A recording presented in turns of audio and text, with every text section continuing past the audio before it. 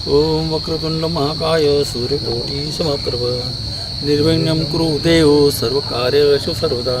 बस करे या कुंदेतु तुषारहारधवला या शुभ्रवस्त्रारुता या वीणावरदण्डमण्डितकरा या श्वेतपद्मासना। ओम गुरुर्ब्रह्मा गुरुर्विष्णु गुरुर्देवो महेश्वरा गुरुर्साक्षात् परब्रह्म तस्मै श्री गुरुवे नमः।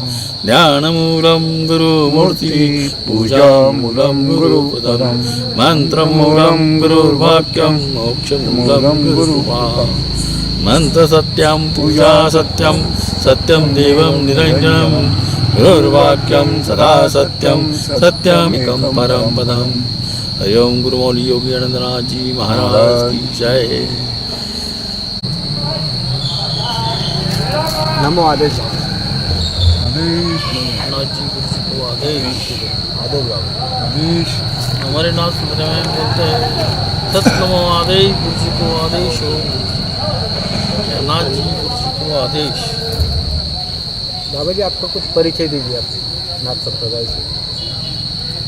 हमारा सबसे बड़ा परिचय कि हम हमारे गुरु जी के चेले हैं। हमारे गुरु जी का नाम है योगी आनंदनाथ जी महाराज। हमारा परिचय यह है कि हमारा नाम महंत डॉक्टर योगी विलास नाथ जी है और हमारा अस्तित्व हमारे गुरु जी के नाम से रहता है। नाथ संप्रदाय में हर शिष्य का अस्तित्व गुरु के नाम से चलता है। जैसे गृहस्थों में अपने माता पिता के नाम पर उनका अस्तित्व होता है बच्चों का, उसी प्रकार शिष्यों का भी सदगुरु के नाम से ही एक अस्तित्व होता है और वही उनकी पहचान होती है। जैसे नारी सुहागन होती है तो वो पति के नाम से सुहागन होती है, उसी प्रकार हमें अगर परमात्मा की प्राप्ति करनी है तो सदगुरु की कृपा से ही होता है। इसलिए सदगुरु हमारी पहचान, हम हमारे गुरु जी के शिष्य हैं, ये हमारी पहचान है। अब मेरा जो नाम है, जो हमारे नाथ जी गुरु जी ने छोटा सा नाम दिया है, वो है महंत डॉक्टर योगी विलास नाथ जी। महंत पदवी हमें यहाँ जब मिली है, जब इस मठाधिपति का, जब हमारे गुरु जी का समाधि विधि हुआ और उनका शंकर ढाल का विधि हुआ, उस समय मुझे गुरु जी की गद्दी मिली और गद्दी पीठाधीश्वर भी कहा जाता है और हमारे नाथ संप्रदाय में ज़्यादा करके महंत कहा जाता है। तो इस प्रकार से हमारे गुरु जी की गद्दी उत्तराधिकारी नाम से मुझे मिली है और ये पूरा आश्रम नाथ संप्रदाय के लिए एक प्रसिद्ध हुआ है, क्योंकि मेरे गुरु जी नाथ संप्रदाय के महामंत्री थे।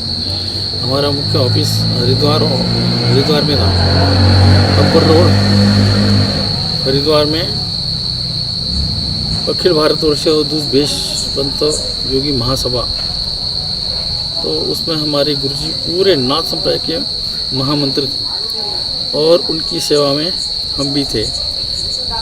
जब हम वहाँ नाथ संप्रदाय का जो गोरक्षनाथ मंदिर था, वहाँ पुजारी थे और गुरु जी के सहवास में हम काफ़ी, आज भी गुरु जी के ही सहवास में हूँ। तो गुरु जी के सहवास में गुरु जी ने हमसे बहुत सारे कार्य करवा लिए हैं। नाथ संप्रदाय के बहुत सारे इतिहास के प्रति, तंत्र मंत्र के प्रति, संस्कृति के प्रति, संस्कार के प्रति किताबें लिखी गई है मेरे तरफ से। और आर्टिस्ट होने के नाते नाथ संप्रदाय के नवनाथ 84 सिद्ध और भी सारा प्रासंगिक चित्र वगैरह, तैल चित्र, बाबा मस्तनाथ जी जो गोरक्षनाथ के अवतार थे हरियाणा में स्थल भोर में, उनका भी पूरा अभी मैंने उनका पूरा ये बनाया है, प्रोजेक्ट बनाया है पूरा, वो भी पेंटिंग करके बनाया है। तो इस प्रकार नाथ संप्रदाय का जितना भी कार्य था वो मेरे गुरु जी ने मेरे हाथ से करवा लिया और उनके सहवास में ही हुआ है और वो काफ़ी प्रसिद्ध भी हुआ है नाथ संप्रदाय में। और यही मतलब हमारी पहचान तो यही है। और यहाँ फिर अब यहाँ का उत्तरदायित्व तो मेरे तरफ आया है, यहाँ आश्रम का, तो यहाँ भी बहुत अच्छे कार्य चल रहे हैं।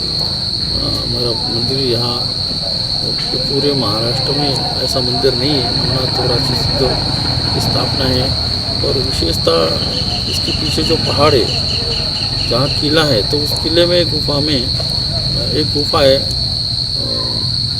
तो वो किले से संलग्न है। तो उस गुफा में हमारे गुरुजी ने तपस्या की है, गांव वाली नग्न तपस्या की है हमारे गुरुजी ने। और उस तपस्या का इतना अच्छा प्रभाव हुआ कि इतना बड़ा आश्रम यहाँ बना है और गुरुजी की समाधि भी इसी मंदिर में है और बहुत सारा यहाँ से जगत कल्याण होता है। हमारे गुरुजी ने यहाँ ऊपर गुफा में नग्न तपस्या की है। आज वहाँ ध्वज लगा के वहाँ शिवलिंग की स्थापना है, मेरे गुरुजी का हाथ से ही है और वहाँ उन्होंने तपस्या की है और उसका ही फल स्वरूप ये इतना बड़ा मठ बना है और ये इतना बड़ा मंदिर बना है, नाथ संप्रदाय में प्रख्यात हुआ है। गुरुजी, नाथ संप्रदाय के बारे में भक्तों को कुछ जानकारी बताने की कृपा करिए। नाथ संप्रदाय ये शुरू से आज तक इस समाज से जुड़ा हुआ है और नाथ संप्रदाय का प्रभाव इतना तगड़ा है कि गुरु गोरक्षनाथ जी के प्रभाव से बड़े बड़े राजे रजवाड़े जैसे राजा भर्तरी थे, राजा विक्रम थे, राजा गोपीचंद थे, नेपाल के राजा रत्न परीक्षक थे, इन्होंने राजपाट छोड़ के संन्यास ले लिया। इतना बड़ा प्रभाव था और प्रभाव का मूल उद्देश्य यही है कि नाथ संप्रदाय के जितने भी हमारे सिद्ध पुरुष है जिन्होंने सिद्धियों को प्राप्त किया है, जैसे नवनाथ 84 सिद्ध।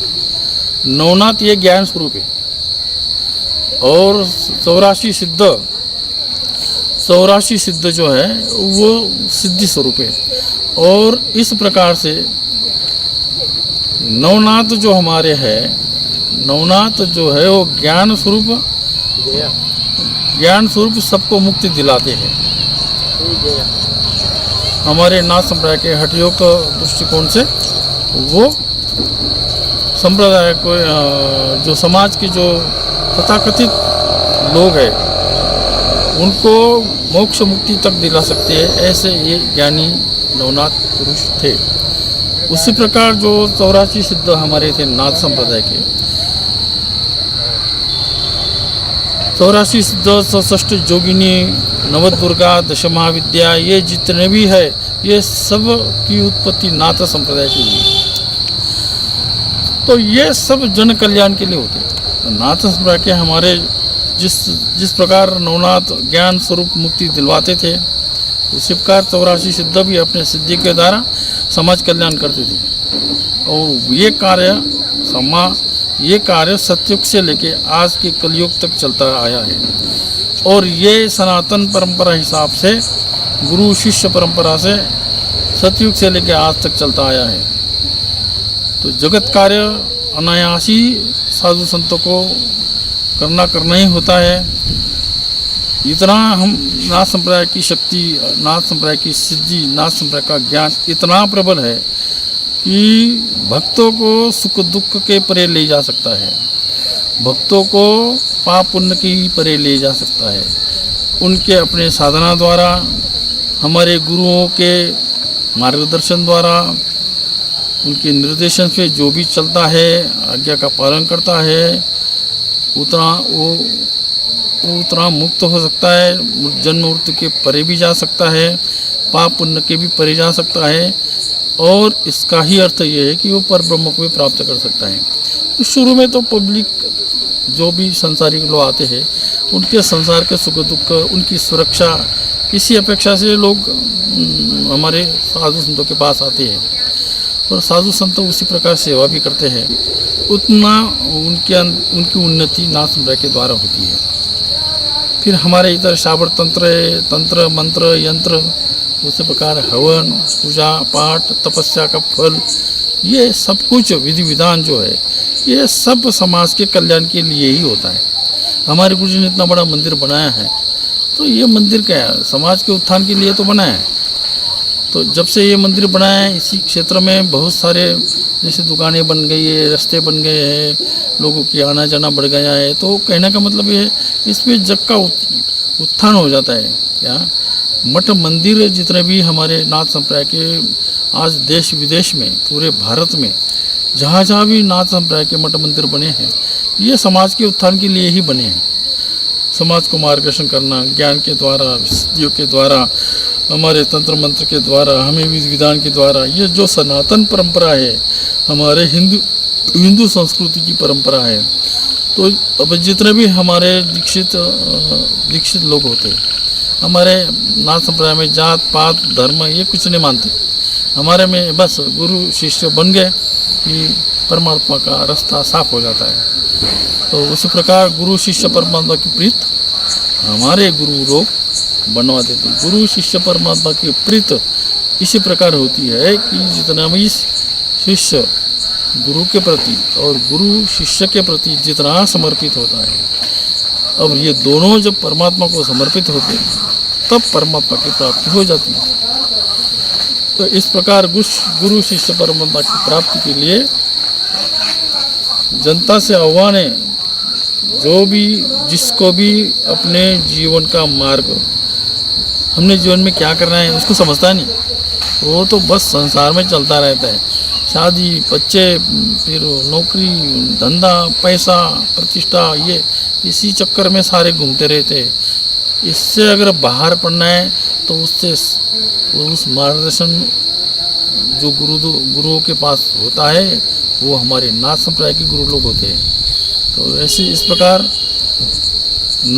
शुरू से लेके आज तक सतयुग से लेके नवनाथ और सिद्धों ने मार्गदर्शन किया है। उन्हीं के मार्गदर्शन से आज अनंत करोड़ सिद्ध जगह जगह पे हमारे मठ मंदिर जहाँ जहाँ बसे, जहाँ जहाँ महंत पीर बने हैं, वो जनता का कल्याण करते हैं, सेवा करते हैं और समाज का उत्थान भी करते हैं।